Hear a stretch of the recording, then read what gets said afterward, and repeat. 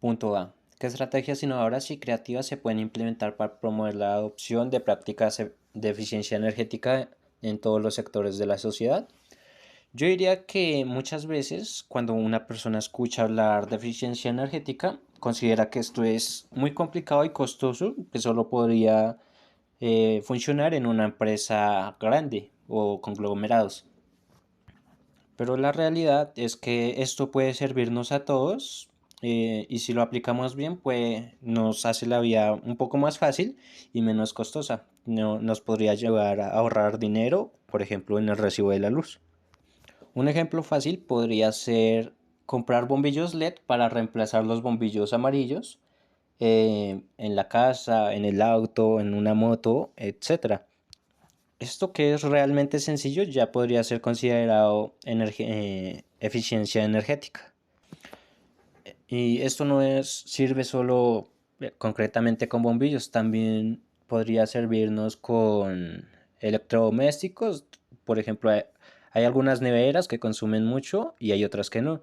También hay reguladores de luz que evitan que consuman mucho, manteniendo una media de la luz que genera. El problema consiste en que nadie, o en su mayoría nadie, enseña estas prácticas. En los colegios nos hablan del tema, pero muchas veces esto nunca llega a lo práctico, simplemente es teórico. Y a los estudiantes realmente eso les aburre, ya que no lo practican y en su casa pues realmente tampoco. Pero si estos estudiantes realmente aprendieran eso de una forma efectiva, podrían reducir o aplicar esto en sus casas para que les enseñen a sus familiares a cómo reducir este consumo energético, haciendo que el recibo de la luz tenga un costo reducido. Otro problema fundamental sería el consumo energético del transporte de Bogotá, ya que este tiene demasiados carros y buses que contaminan un montón. Se supone que hay en el transporte público hay buses eléctricos, pero realmente son pocos. Eh, si la ciudad o empresas invirtieran más en un transporte público eléctrico que sea más limpio que el transporte a combustión, eh, en otros métodos para aplicar la eficiencia energética podríamos utilizar más vías de transporte por medio de bicicletas o patinetes eléctricos, vehículos así, y hacerlas seguras para que no puedan sufrir un caso de robo y que no dejen de implementar este vehículo. Gracias a esto podría incrementar aún más la capacidad de las personas que usan cicla, haciendo que muchas personas que utilizan un auto eh, intente desplazarse por medio de una cicla o vehículos eléctricos, por una estructura de transporte que esté asegurada. Esto hace que la eficiencia energética no sea solo cuestión de la tecnología avanzada o que solo usen empresas grandes, sino que también puede ser la forma en la que vivimos el día a día, y haciendo pequeños cambios podemos hacer una grande diferencia en cuanto a eficiencia energética. Y si cada vez más personas implementan esto y se interesan en el tema, el impacto sería aún mayor. Punto B. ¿Cómo podemos superar los desafíos técnicos, económicos y sociales para lograr una transición energética hacia un futuro impulsado por las energías renovables? Yo considero que podemos superar estos desafíos técnicos si las personas que, por ejemplo, creen que esto solo funcionaría en países más desarrollados que Colombia, como países árabes o países así, que estén más desarrollados, empiezan a creer en la realidad de que Bogotá y Colombia también tienen el potencial para aprovecharse de estos medios también, ya que tenemos el sol suficiente, para generar energía solar por medio de paneles, y en algunas zonas de Cundinamarca hay fuertes vientos como para utilizar energía eólica. El problema recae en que esto es un problema ya que los paneles solares y instalar estos sistemas es costoso, ya que cualquier familia no podría permitirse instalar este tipo de paneles. Esto podría funcionar si el gobierno empieza a ayudar dando subsidios o créditos accesibles para personas o empresas que quieran fomentar este uso sin tener que gastar tanto dinero. Además de que inviertan en investigación que permita adaptar estas tecnologías en las necesidades que necesita Bogotá, haciendo que sean más accesibles y eficientes. Esto eh, podría aplicar en cualquier ciudad. Aunque esto realmente no es un tema tanto de dinero, sino también de mentalidad. Mucha gente no confía en esto, pero si se mostraran ejemplos de los beneficios reales, como menos cortes de la luz o un ahorro en la factura eléctrica, sería más fácil que la gente fomentara estos cambios.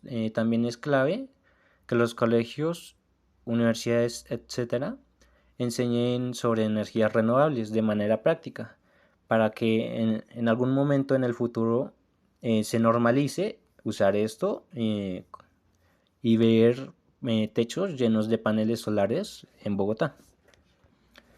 Si en algún momento en el futuro se lograra este hecho, podríamos tener una ciudad más limpia, eh, con una alta probabilidad de disminuir la contaminación y con una energía más barata y sostenible. No es algo imposible, solo falta que las personas empiecen a tomarse esto en serio. Punto C. ¿Cómo podemos implementar con éxito prácticas de agricultura sostenible a nivel local o regional para garantizar un futuro alimentario sostenible y equitativo?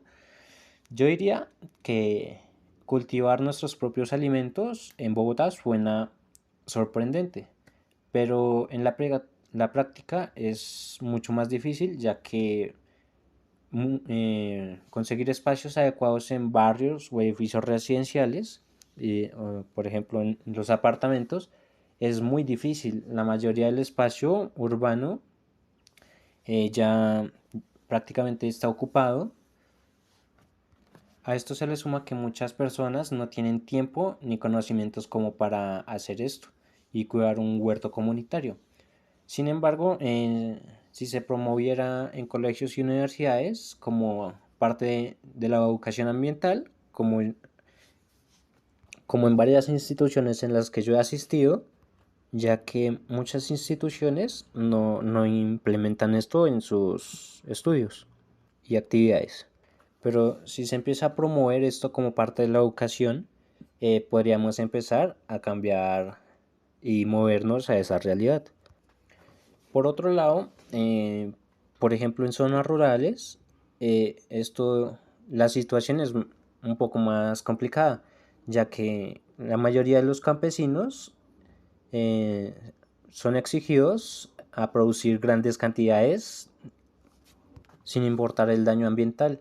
Usar menos pesticidas y fertilizantes químicos suena bien en teoría, pero realmente esto es casi obligatorio para que muchos agricultores realmente puedan obtener sus cosechas sin que algún animal interfiera en su crecimiento. Para la agricultura sea sostenible y viable en pueblos rurales, podría ser viable por medio de un sustento y subsidios o asesorías técnicas y acceso a tecnologías que permitan producir esos alimentos de una forma eficiente y sin dañar tanto el suelo. Y otro problema enorme en Colombia es que alimentos terminan en la basura en toneladas durante todos los días, mientras que muchas personas sufren porque no tienen que comer. Pero esto no es sencillo de resolver, ya que muchos de las cadenas de restaurantes o supermercados botan esta comida porque temen que si la regalan puedan ser demandados por dar comida vencida o caducada. Por eso muchas veces no tienen en cuenta regalar esta comida a personas que realmente la necesiten. Sería muy viable si se modificaran las leyes y fueran más flexibles para que estos alimentos fueran entregados a comunidades vulnerables en lugar de acabar en los basureros. En resumen, lograr una agricultura sostenible en Colombia es un proceso muy difícil y hay muchos obstáculos, tanto lo son como el espacio, el conocimiento y la economía, hacen que este cambio sea lento y reducido. Pero con más incentivos podríamos hacer que la ciudad dependa menos de alimentos transportados desde otros municipios y países. Esto ayudaría a mejorar la relación entre municipios y ciudades. La clave estaría en empezar a ver la agricultura no solo como algo que solo hacen los campesinos, sino como una oportunidad para hacer que los demás municipios y ciudades sean más autosuficientes y en equilibrio con su propio entorno. Punto D. ¿Cómo podemos diseñar e implementar sistemas de gestión de residuos sólidos y peligrosos que sean ambientalmente sostenibles, económicamente viables y socialmente equitativos? Realmente diseñar e implementar sistemas de gestión de residuos sólidos y peligrosos en Bogotá es bastante complicado, ya que teóricamente hay un sistema de separación de basuras. Mucha gente no aplica esto, haciendo que siempre revuelvan todo y lo echen así en la basura. También otro problema es que algunas personas lo hacen bien y los camiones mezclan todo. Esto es un problema ya que desmotiva a la gente porque sienten que el esfuerzo que hacen separando la basura no sirve de nada. Creo que para que el reciclaje funcione de verdad, es necesario garantizar que haya procesos adecuados después de que los camiones hagan la recolección, asegurando que los materiales sean reciclados efectivamente. El problema recae en que muchas personas no saben reciclar y otras muchas no lo aplican porque creen que es demasiado complicado. Por otro lado, en Bogotá aún faltan puntos de recolección para residuos peligrosos como pilas, baterías, etc. Ya que en muchos barrios no hay lugares adecuados para dejar esta basura y terminan en manos de chatarreros que no les dan un buen uso y pocos de ellos la reciclan, haciendo que estos residuos terminen en la basura común, contaminando el suelo y el agua. Aunque también hay algunos recicladores que ellos son los que realmente hacen que el reciclaje funcione en Bogotá, pero no siempre reciben el apoyo que necesitan. Muchos trabajan en condiciones difíciles, sin reconocimiento ni estabilidad, sufriendo burlas por la labor que desempeñan. Si se les brindara mejores condiciones laborales, más herramientas y un pago justo por el material que recuperan y reciclan, el sistema de reciclaje sería mucho más eficiente y mucho más justo para los recicladores. Para que realmente la gestión de residuos en Bogotá funcione realmente, no basta con decirle a la gente que tiene que reciclar. El problema es que muchos o algunos separan su basura, pero luego los camiones la mezclan de nuevo, lo que hace que todos los esfuerzos se sientan inútiles. Si queremos un cambio real, hay que asegurarse de que el proceso de recolección de reciclaje sí reciba los materiales reciclables y que no terminen con los demás materiales.